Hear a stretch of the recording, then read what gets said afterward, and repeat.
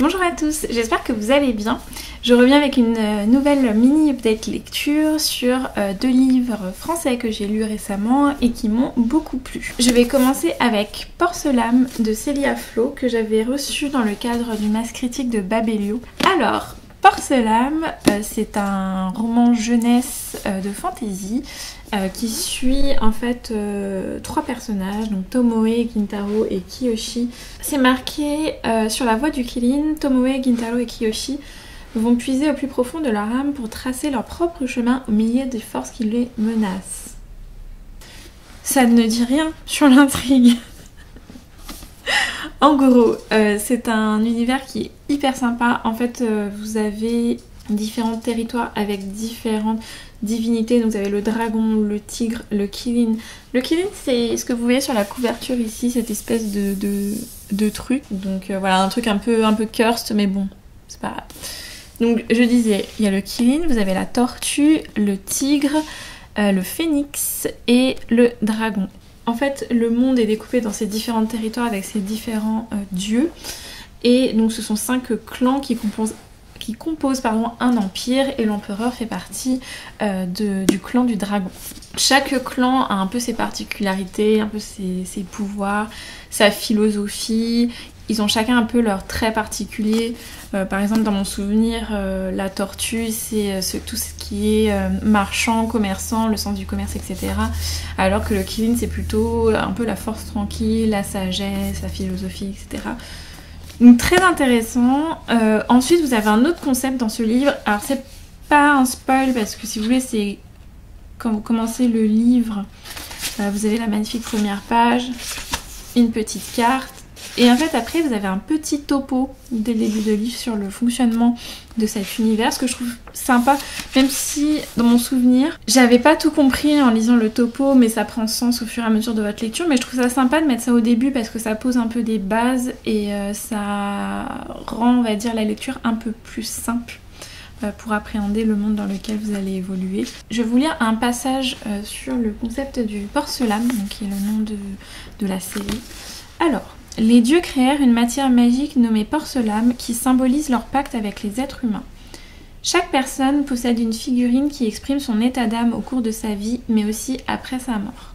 Chaque clan détient un objet en porcelame donné par son animal sacré. Le traité fondateur est écrit sur un rouleau en porcelame appelé l'âme de l'Empire, qui représente les 5 animaux sacrés. Moi, c'est surtout le premier point qui m'a plu, le fait que chaque personne, en fait, naît mais littéralement né avec une petite figurine en porcelame dans sa main et que en fait la porcelame va grandir avec vous, va représenter un peu votre tempérament, votre caractère, vos forces, vos faiblesses, enfin vraiment c'est une représentation de l'âme de la personne, mais aussi en fait qui continue à évoluer après que la personne soit morte. Et je trouvais ce concept vraiment hyper sympa. Donc il y a toute une intrigue dessus sur les porcelames évidemment. Et en fait je dirais que c'est un peu un policier quelque part parce qu'en fait vous avez d'une part une série de meurtres inexpliqués, d'autre part vous avez une intrigue politique liée à l'empereur, à la succession, aux tensions entre les différents clans. Ça se lit hyper bien, j'ai trouvé la plume de l'autrice très fluide, très agréable à lire. Le folklore donc s'inspire du Japon. C'est hyper sympa, franchement j'ai vraiment beaucoup aimé. J'ai trouvé les personnages qui étaient assez attachants. Parfois peut-être un petit peu cliché, mais ce livre en fait fait partie de la gamme jeunesse, young adulte de Bayard. Et du coup je me dis bon, dans ce cadre là je suis un peu moins exigeante avec les personnages. Pareil en termes de rythme, je trouvais que des fois ça allait très vite dans l'intrigue. Il y avait des résolutions dans l'intrigue qui étaient assez rapides, etc. Mais encore une fois, comme pour moi ce n'est pas de la fantaisie adulte, ça me gêne un peu moins. Après, un petit côté que j'ai moins aimé, c'est la romance. Pareil, c'est quelque chose que j'aime pas trop, donc ça m'étonnerait pas que d'autres personnes accrochent bien à la romance dans ce livre. J'ai pas trouvé ça non plus exaspérant, mais bon, c'est pas trop mon truc, donc j'aurais pu m'en passer. En tout cas, c'est un premier tome qui est très prometteur. Je vais clairement lire la suite. J'espère que ça va sortir l'année prochaine. C'était vraiment très sympa. Moi, j'ai beaucoup aimé ma lecture. J'étais en pleine panne de lecture, mais j'ai quand même réussi à le lire, même si ma lecture en a un peu souffert. mais c'était vraiment très très sympa. En tout cas, je pense lire un autre livre de cette autrice parce que elle a un livre qui est justement sélectionné dans le PLIB. Je crois qu'il est dans les 80, est-ce qu'il sera dans les 25, je ne sais pas. Mais nous avons eu l'e-book, il s'agit de Anergique, si je dis pas de bêtises, qui, je crois, cette fois se base sur du folklore indien, si je dis pas de bêtises. Je pensais pas en parler dans cette vidéo, du coup j'ai pas vérifié, mais on va dire que c'est du folklore indien. Donc voilà, en tout cas une très bonne lecture. J'étais vraiment contente de le recevoir en service presse. C'était vraiment très très sympa. Et je suis contente d'avoir découvert une nouvelle autrice française et d'avoir découvert une nouvelle série qui promet.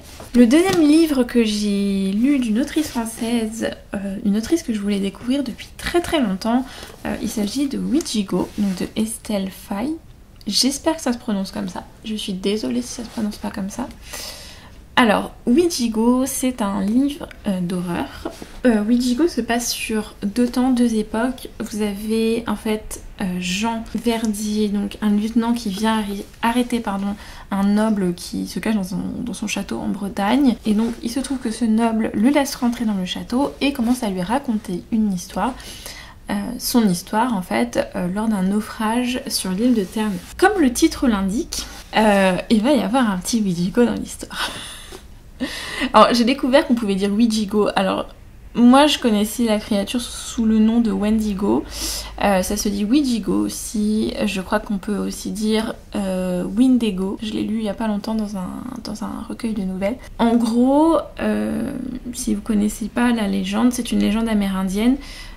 Après il y a différentes versions, mais en gros la version que je connaissais parce que je regardais Supernatural quand j'étais jeune, c'est que le Ouijigo en fait il est créé quand une personne dans des cas extrêmes de survie etc mange de la chair humaine. Et il devient une espèce de monstre et tout. Du coup ça vous donne un peu le ton du bouquin, ça vous donne une partie de l'intrigue. Je dis bien une partie parce que sinon Benjamin il va venir me dire mais c'est pas ça le focus du livre. Et je suis d'accord. Je suis d'accord. Il faut savoir que dans ce livre, Estelle Faye, elle vous mène par le bout du nez, elle vous fait penser des choses, elle vous fait croire des choses qui en fait ce n'est pas le cas. Vraiment le Ouijigo fait certes partie du livre, mais il y a tellement plus dans ce livre.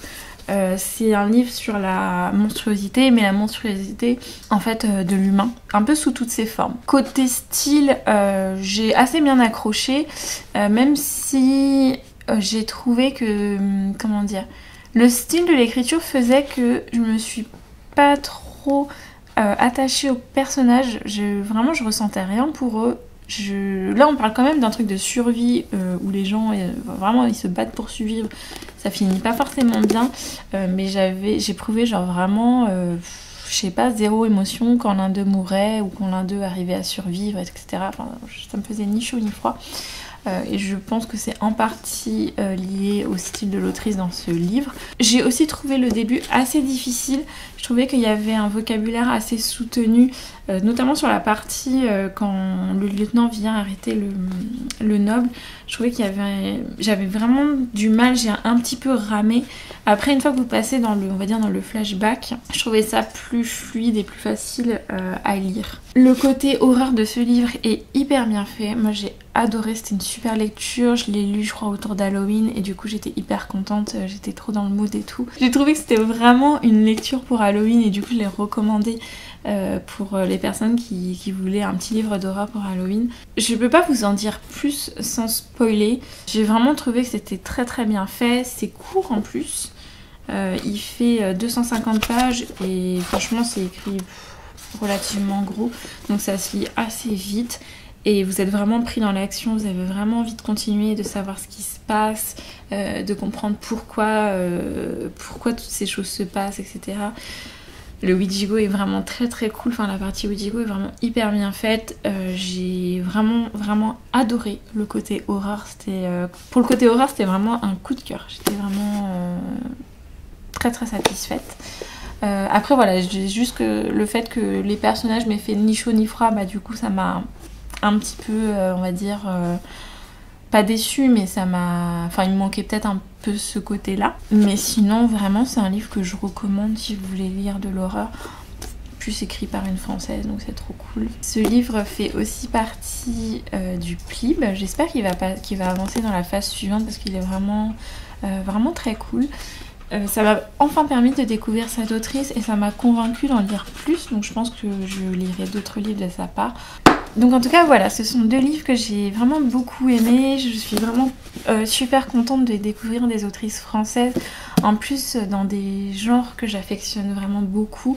Enfin le côté horreur là, j'étais vraiment trop contente, et puis là le folklore d'inspiration japonaise, c'était vraiment trop cool. Donc, ça m'a fait vraiment très plaisir de lire ces 2 livres. Et j'espère continuer de découvrir d'autres autrices françaises comme ça. Le PLIB vraiment est super pour ça et je suis trop contente d'être dans cette aventure parce que ça me fait découvrir plein de choses. Donc voilà pour aujourd'hui, j'espère que ça vous a plu. N'hésitez pas à me poser des questions sur les livres si vous en avez et à me donner vos avis si vous les avez lus. Je vous remercie et je vous dis à la prochaine. Bye bye.